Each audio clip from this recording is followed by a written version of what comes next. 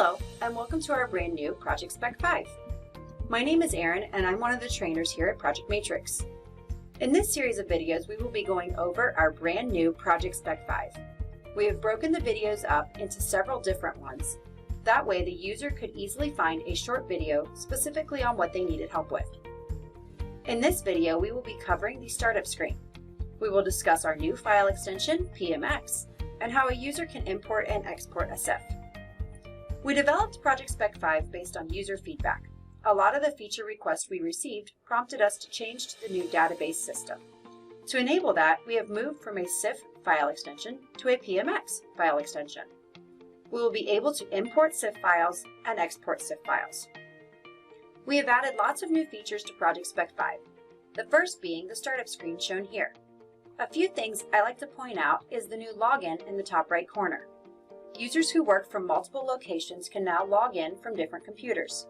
This makes working remotely or from the road easier without having to take a dongle with you or enter a 44-digit software key. Users can also choose which color they would like the program to operate in.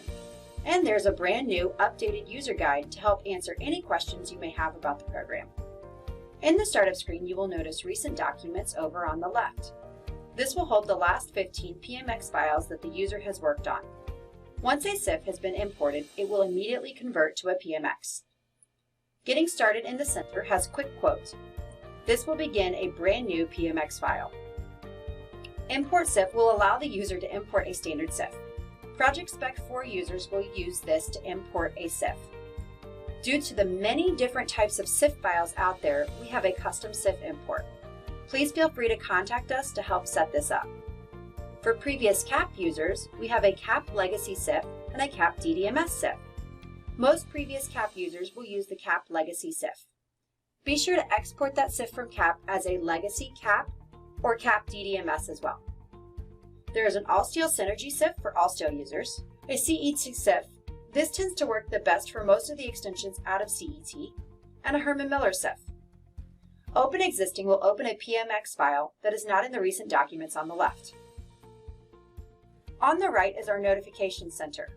This can be used by both ProjectMatrix and the local administrator at the dealership. We at ProjectMatrix will be using it as a way to update users on changes to the software and eventually as a place to share manufacturer information, ProjectSpec5 tips and tricks, and inspirational posts to keep you motivated. Administrators may use it to post relevant information that everyone using Spec5 at the office may need to know.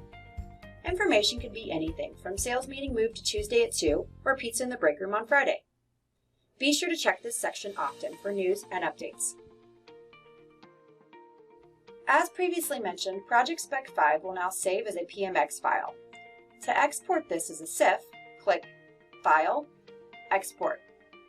Standard CIF is the most common. It will save the same format from ProjectSpec4. There's a Technion CIF and a Technion Studio CIF, a Hedberg CIF, and a custom CIF export. Again, if you need help setting this up, please feel free to contact us. Users can also export an Excel file or a CSV, a text file, an OFDA XML, and a global XML. For users not used to having to always export a CIF when they're done with their file, you can go to Tools, Settings. There's a setting in the bottom left to automatically save a PMX and CIF at the same time. This will save as a standard CIF with the same name and file location as the PMX.